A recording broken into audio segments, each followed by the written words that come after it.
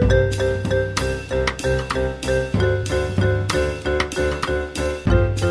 listening to Two Guys Talking Wine with Michael Pinkus and André Prue. Oh, Michael. André. We've gone old school with our production value on this episode. We just brought up the Zoom because, I think you were looking at a calendar or something, and you said it was 10 years. 10 years that we've been doing this. What lasts 10 years? Well, I don't know. I'm in my 50s and, pain in the morning. That lasts 10 years. But every morning I get up, something else hurts. So I brought along a bottle for us to celebrate. Yeah, this I can't believe it. This is 10 years of Two Guys Talking Wine. 10 years. 10 years. I'm having trouble wrapping my mind that you and I have not killed each other in 10 years. We have, people think, I don't know if they think we get along or not. We have had some pretty good scraps over the years about content, about direction. And I mean, let's be real. We've made no secrets about, frankly, even over the 10 years that we've been doing this podcast, the landscape of wine media has changed drastically. And, I think about, the fall of the Roman Empire and how fast did that occur. And I'm not comparing the media landscape to the Roman Empire, but it's just I didn't think the demise would happen this quickly. When you and I started this podcast, we had Beppe Crisarial at the Globe and Mail. Yep. We had Gord Stimmel at the Toronto Star. Yeah, God rest his soul. And, Gord was someone I really looked up to. And, I've changed careers over the beginning and the end of this podcast. And you and I have been, I think, fairly critical of, the current state of, influencer marketing and where we are now. And, I fully accept that this is the future. But it also, I find it profoundly upsetting that when I see a wine score on the shelf of the LCBO, I can't tell whether or not it's been bought or paid for, That's the other. Well, I think I don't know if I've said very often, but I now look at a 90 and go, the reviewer didn't like that wine. No kidding. So, if it's not a 99 by Luca Moroni, it's not a good score anymore. Okay, so you opened up for a 10-year anniversary. You brought a 10-year-old wine. I brought a 10-year-old 2015 from Hedges in Washington State. Sorry, you may get a little cork. It did break in the middle, but I tried to do the best I could. So, 10-year-old wine from Hedges, Red Mountain. It is a blend. I'd have to probably look it up. And the reason I did is because, you said 10 years. I said I'm going to bring something interesting. And I kind of think that we probably made a turn in the podcast direction. We started off, we did the Legacy series where we interviewed a lot of, the people from Ontario who really made a difference. You know what? Why don't we go back and let's play a bit of a snippet of our first Legacy podcast. And I think we started in the right place. And I'm super proud of that series. I won my VQA Promoter Award because of the work you and I did on that series. You should have won that. How one guy wins from Two Guys Talking But wine. you'd won your media award previously. But it's funny because I hand Conrad, Conrad Edgebeck. Oh yeah, at his CBC. props. Oh, I can't believe I forgot to not mention Conrad off the top of this. But Conrad did say, "How does he tweeted at one point? He goes, how does one guy win from Two Guys Talking Wine?" And then they said it's because Michael's won his already, and he goes, so if Meryl Streep only wins one Academy Award, she should stop acting because she's already won it. So and I don't feel bad about that at all. Well, we're an award-winning podcast. We are an award-winning podcast. But yeah, let's go back. We started off with a bang. We started at the top. We started at the OG. We spoke with the Don. The Don. Ladies and gentlemen, Donald Zeraldo. So the first thing I should tell you, I'm co-founder. Yes. Carl Kaiser, who is my partner, was the winemaker at Enniskillen. I never professed to be a winemaker. My background was in viticulture. And he's the genius behind the ice wine. He brought the idea to Canada with a bunch of his German friends. And, of course, he's been the genius behind the whole concept of creating a Canadian icon, because we pleasantly acknowledge that the Germans invented it in the mid-1700s, but we took it, perfected it, and it was nice to be in Canada for a change. Actually, I say a change because most people don't think of Canada as a wine-producing country. It's not top of mind. And so when I started going out around the world talking about ice wine, everybody went, oh, of course, Canada, ice, freezing, cold. So it was an easy concept psychologically to sell to the world. Once they put it in their mouth, it was a no-brainer. Yeah. I love Don. I still talk to him to this day. Me too. I've actually had some interesting interactions with him where we've spoken about the direction of the Ontario wine industry. Like, one of the things that's a bit of a challenge is just some of the regulations around, the direction where the wine industry is going. I've made no secrets, with the start of the ADX Wine Company, which happened, frankly, about the time we started the podcast, but I hadn't seriously considered it as a viable business. The whole idea of buying fruit, being a négociant manipulant, buying fruit from different farmers, really going after the Thomas Batchelder model, and it's made it a challenge to be able to set up a winery in Niagara-on-the-Lake where you need, I believe it's 18 acres, and in Lincoln you need 10 acres, which is a little bit more feasible. Was that even back then when you started, or is that the now? Well, that's to do farm gate. The thing is, it's still 5 acres. 5 acres is the bare minimum, but you can only open up an estate winery. So if I buy 5 acres in Niagara-on-the-Lake, I can only make VQA wine from my property. I can't buy fruit from the Wilms farm. I can't buy fruit from, I don't know, let's just say, God willing, the Lely vineyard. I can't buy fruit from other vineyards. It's amazing how this industry is just handcuffs everybody to what they can. We've covered that a lot over the past 10 years. And I think that's one of the things where, in certain aspects, there have been a lot of change, and in many other aspects, there has been very little change. Well, there was the time in, I think it was 2017, that we almost begged the LCBO to go on strike. And they didn't, damn it. But they finally did in 2025. What did that sound like? I really want them to strike. I'm saying go out and strike. I'm saying really do it this time. Don't do this half-assed business that you've done the last few times you've promised us to strike. Actually do it. I really would like to see what happens. I really would. Okay, you know what? I feel like we've started on a bit of a downer here. I want to go back to the very beginning. I want to go back to episode 2. Well, first of all, I should just you asked me why I brought this wine. It's Washington State. Did I ask you that? You did. Okay, I asked you that. You at some point you did, and I said because when we interviewed and I can't remember his name, the guy from Washington Wines.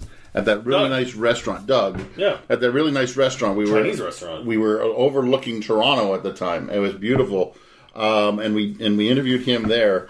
I think that was a turning point where we turned from strictly Ontario, and we started doing a lot more interviews outside of the province. But sure, let's go back to episode 2 when. The funny part is you've lost episode 1. We do not know where episode 1 is.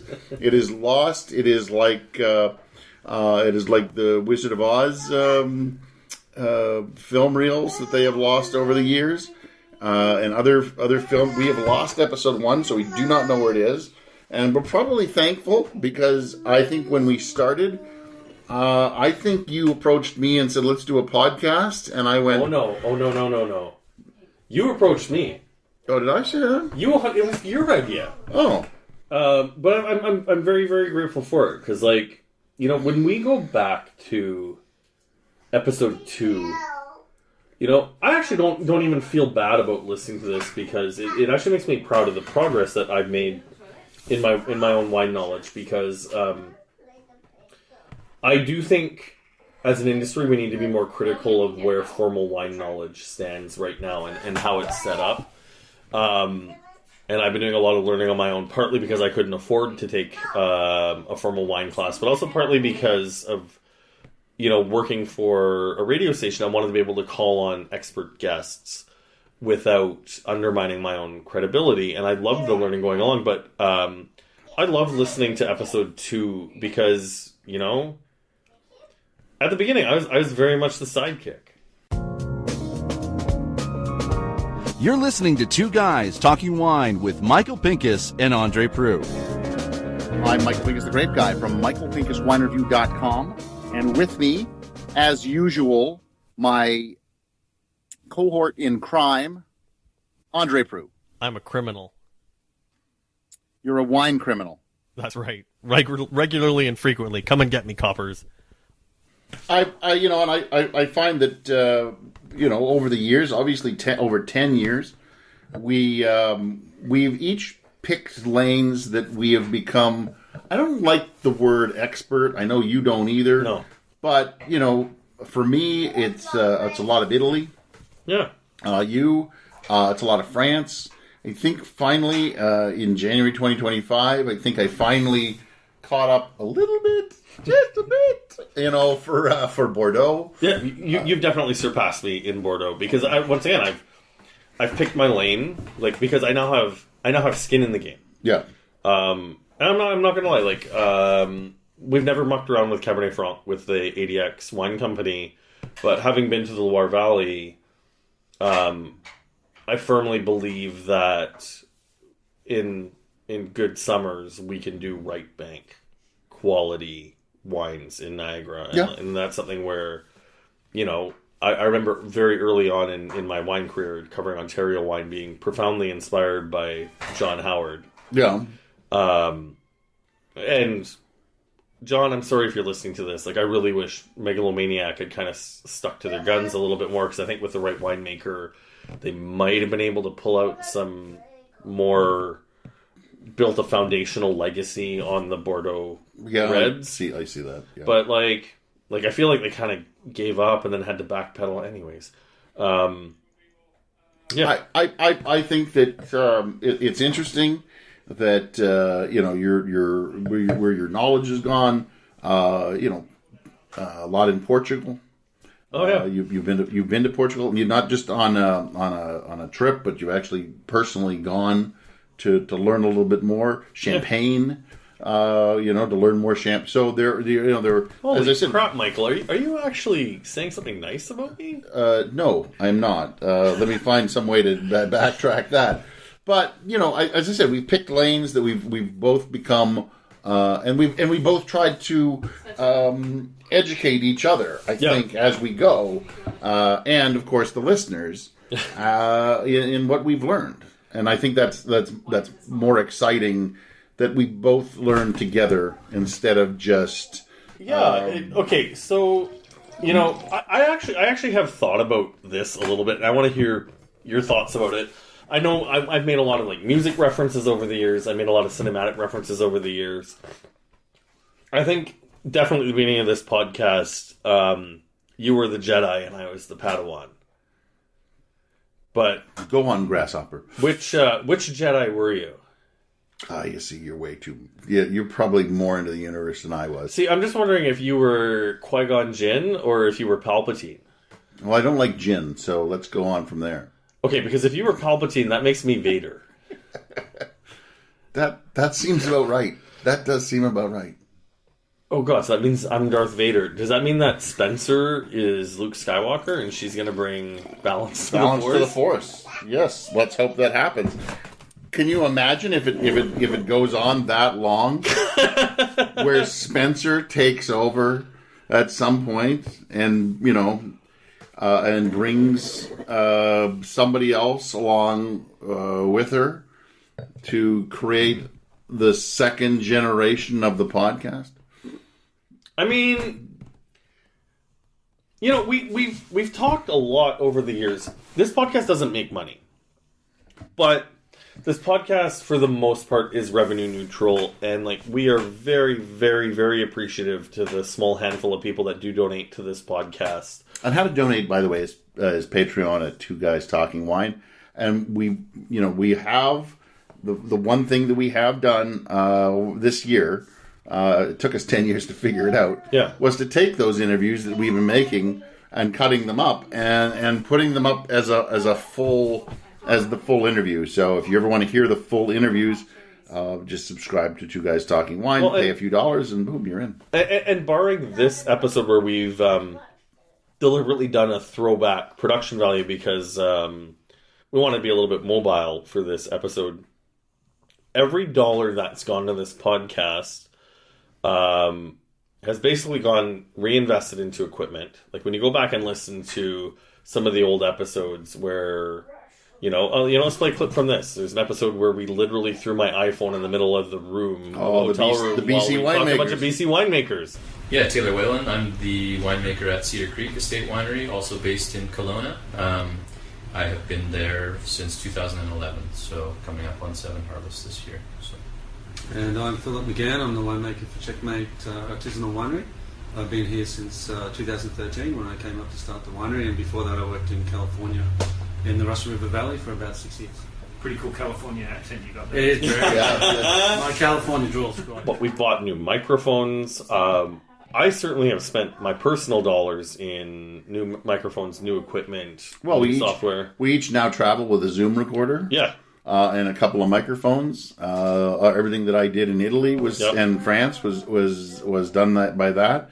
You did that in Portugal and in Champagne. Yep. So we have literally portable recording studios. But we made this podcast better to listen to. And we went to Mexico. We got frisked at the border. Oh my God. I am so grateful for my second language because I was carrying the studio. We traveled carry-on, and I had microphones, cables, mic stands. And the mic stands, the base is a giant chunk of metal, which shows up very interestingly on the X-ray machine. Probably thought you were going to take out the pilot. But thank God I was able to communicate with security in Mexico well enough with my second language in very broken Spanish, parce que je parle français, je parle pas espagnol. I don't speak Spanish. But they were concerned that we were musicians, which would have been a problem because you need a work permit to work as a professional musician in another country. Correct, and neither of us had our flamenco guitars with us. And I was able to communicate to the security person, soy una jornalista, we're journalists, and we are journalists. Yeah. And then I used Google Translate to say, nobody needs to hear my singing voice, which I got a laugh out of, and we got waved through. Yeah, which was nice. Granted, we went through I remember that on the way back. We went through 3 different securities, and it was only in the last one that they really went. That's where you used your Google Translate. So that was pretty funny. Yeah, it was. Funny now. In the moment, yes. And the money is. The moment, I was feeling some tension in my neck. Do you know what? And you know what? For anybody who's doing this, we found it a lot easier because we bought some tequila, obviously from Los Orenjo while we were there. And we put it in our luggage, and it was much easier to get it through as on the plane. Yes, it was. Yeah, checked luggage, so that was good. I'm really liking this Hedges, but you know what I always find? I'm always finding that I'm bringing the old bottles of wine. Well, but I mean, that's it. Is you know what? Where's your cellar? Like, it's got to be something that you can contribute to the 10th anniversary. All right, you know what? Let's. Are we gonna go? Let's go. Let's. Oh my God, we're going on the road. Yeah, we're going on the road in a different way. I should turn some lights on. We really have to get better at narrating when we're doing stuff. But all right, so now we're going down the stairs. Okay, it's a tight space. I hit my head pretty hard earlier. I'm sorry, Michael. This is probably the worst organized wine cellar you've ever seen. And I organize wine cellars for a living. Holy. All right, André. Watch your head. So it's time to pick something for the 10th anniversary. What are you going to pick? Oh, my God. Wait. It's all white wine. I've been working here for 10 years, and I still haven't rubbed off on you in any way, shape, or form to... Look at in that corner we have a 2019 Chardonnay from Hidden Bench, a beautiful Magnum. And then right in front of you, we have a Chablis Premier. No, that's Chablis Premier Cru, another Magnum of white. There's so much white. It's like I'm in the Trump White House. There's a Mason. Oh my God, that's a really good joke. There's a Mason Vineyard Chardonnay right there. Okay, no, you know what? We actually have some Pinot in here. Pinot. Put it this way: if you got a really good Chard, you want to show me some kind of Chard. Okay, well, we that's going to blow my mind and. Look, it's been an act that I've put on for many years. I do like Chardonnay.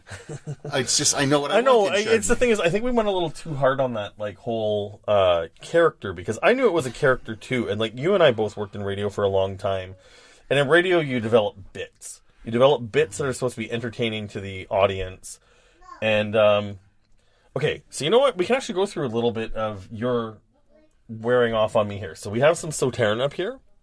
That's from the recent batch of Futures. We have... Okay.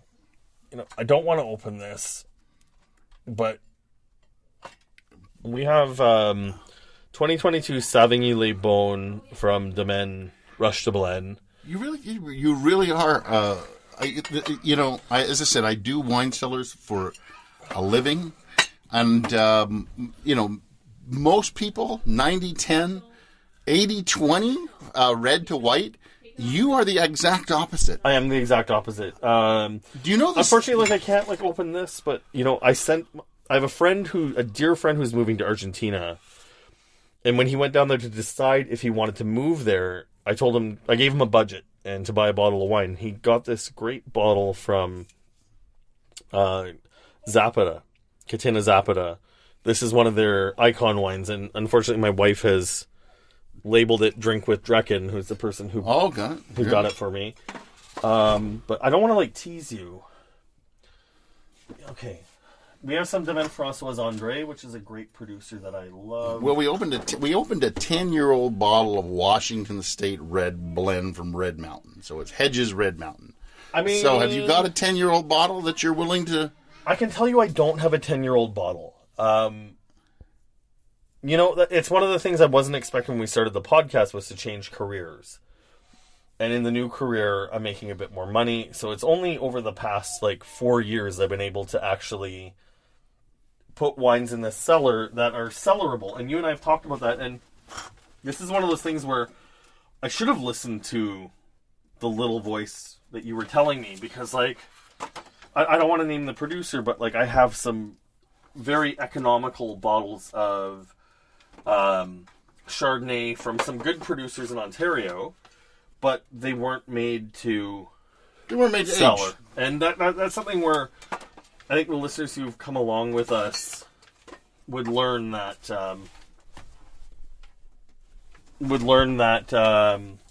not every bottle's made to cellar. So I'm just looking for anything that's got multiple bottles, so that we're not just opening some one-off that you've been holding on to, like my Hedges, God forbid. Well, that's the problem. Is a lot of the choice stuff I know has verticals built into it. Okay, you know what? There's actually another side to this cellar. We got to go to the other side. I didn't even realize there was another side to this thing. Holy God, Andre, when somebody says put your wine cellar under your stairs, you really actually took them to heart. Okay. If something bit me down here, I would not be shocked. There's traps down, don't worry. So I have my Magnum collection down here, but we're not going to open any Magnums. So wait, I guess we're doing fried chicken. It's early. We could open... Oh no, I can't open that. I have a Magnum of... On Andre also, I'm very proud of you. What you definitely have learned is glassware. And I don't know if that was me who said, You did. I had you on the radio. It's actually one of my favorite parts of my radio career. Can I share this story? Because it was a little embarrassing. We edited it properly. Sure. You came in. You're the one who taught me about Schottzwiesel. I still love the Schottzwiesel Crew Classic. I'm so disappointed that they discontinued it. But I brought you into the CFRB studio. We did a full segment on wine glasses. And you were doing the they're made with titanium infused crystal, and you did a big like clink on a glass, and it broke. Yep. Yeah, it's not the first time that I've done that. And I still just remember you looking at me and being like, "Can we edit that out?"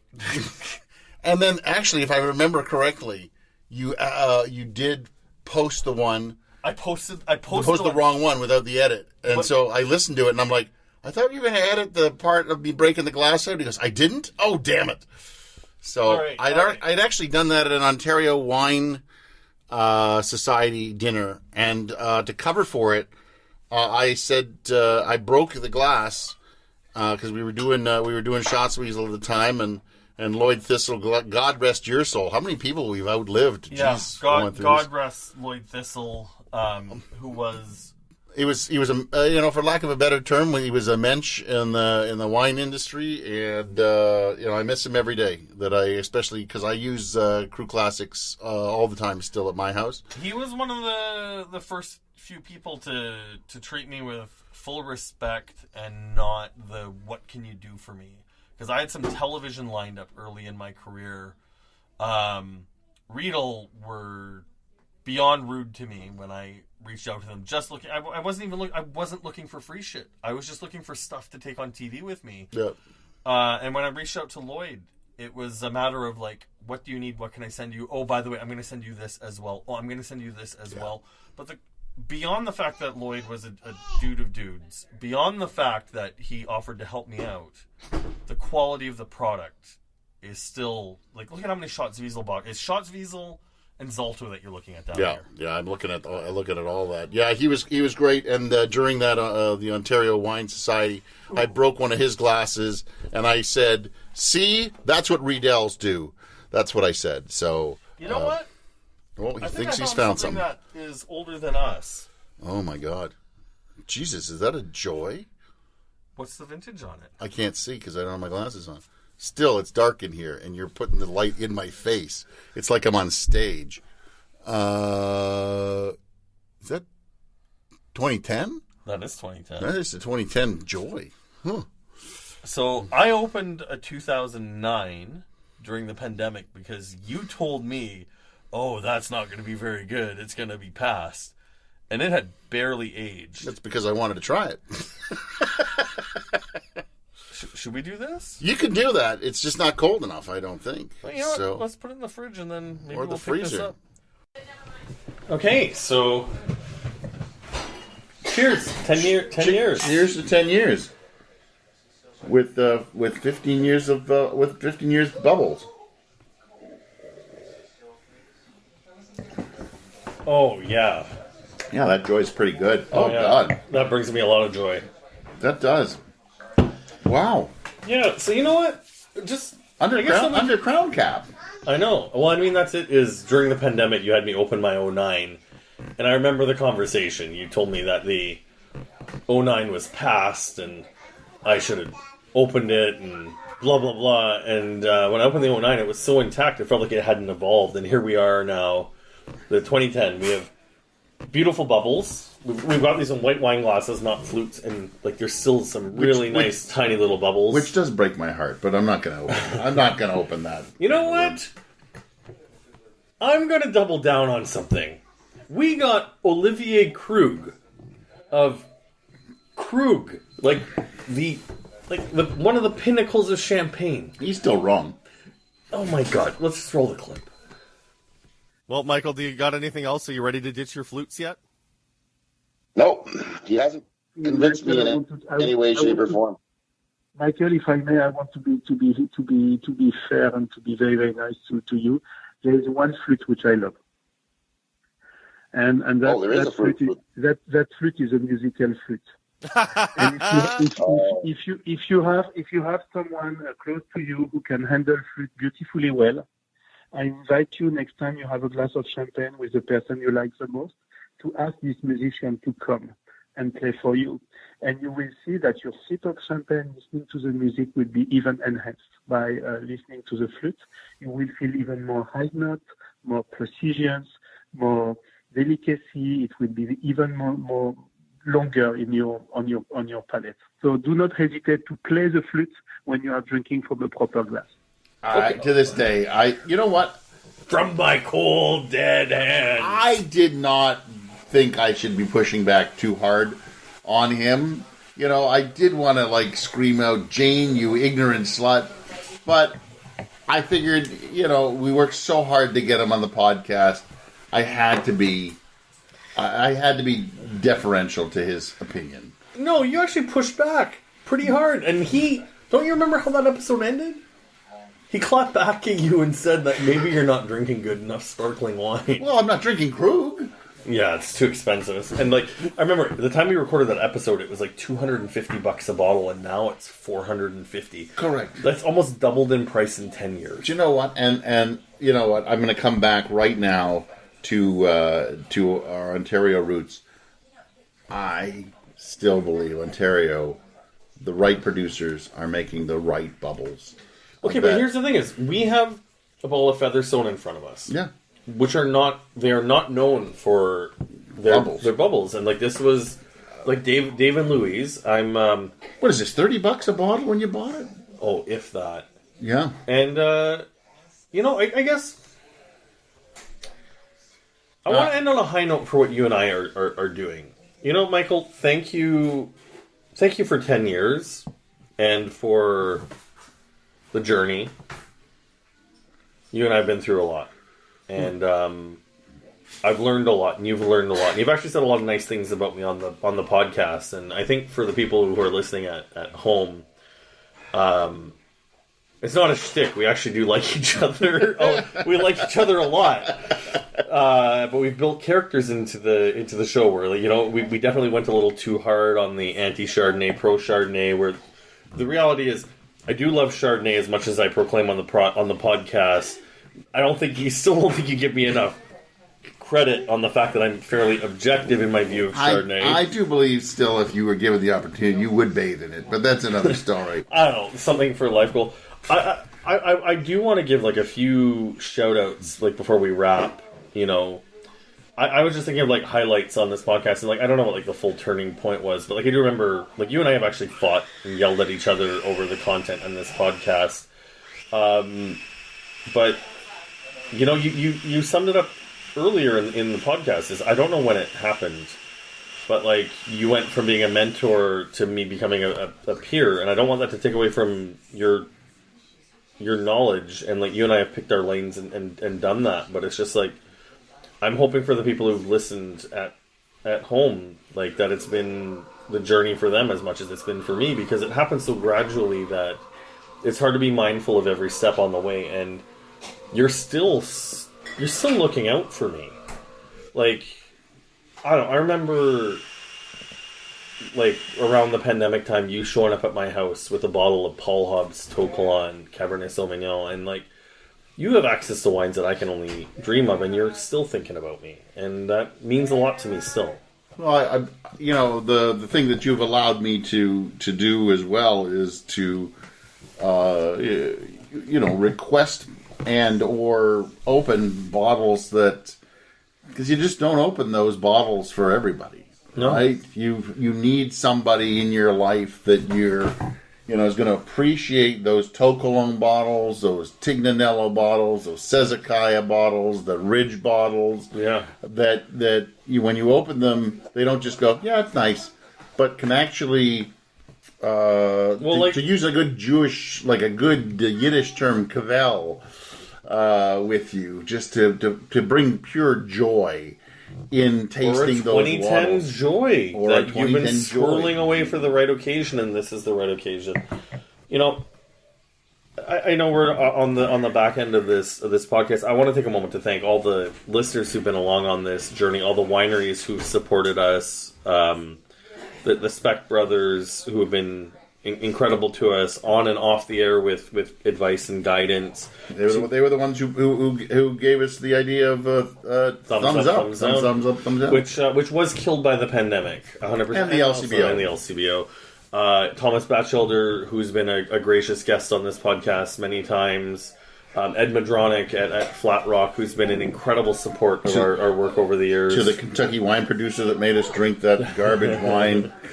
But, I want to give a shout out to a few listeners in particular. Ken Little, who's been an incredible longtime supporter of the podcast. I know we gave the Patreon shout out earlier, and I didn't really finish my thought. Like, this podcast is revenue neutral.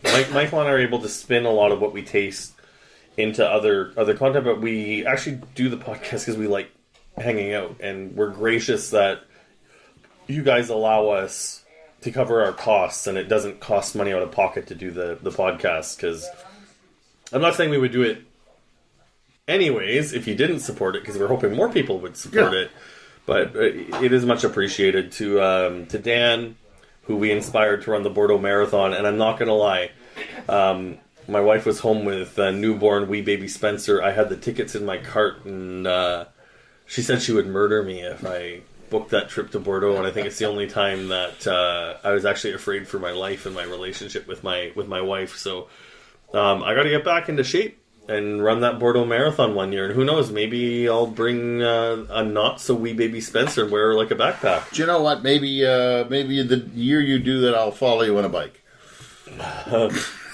Just like in Rocky and shout slogans at me. To Corey Mio, who, when I put a message out on Instagram asking people what their favorite memories were of the podcast, Corey said he misses Stump the Chump.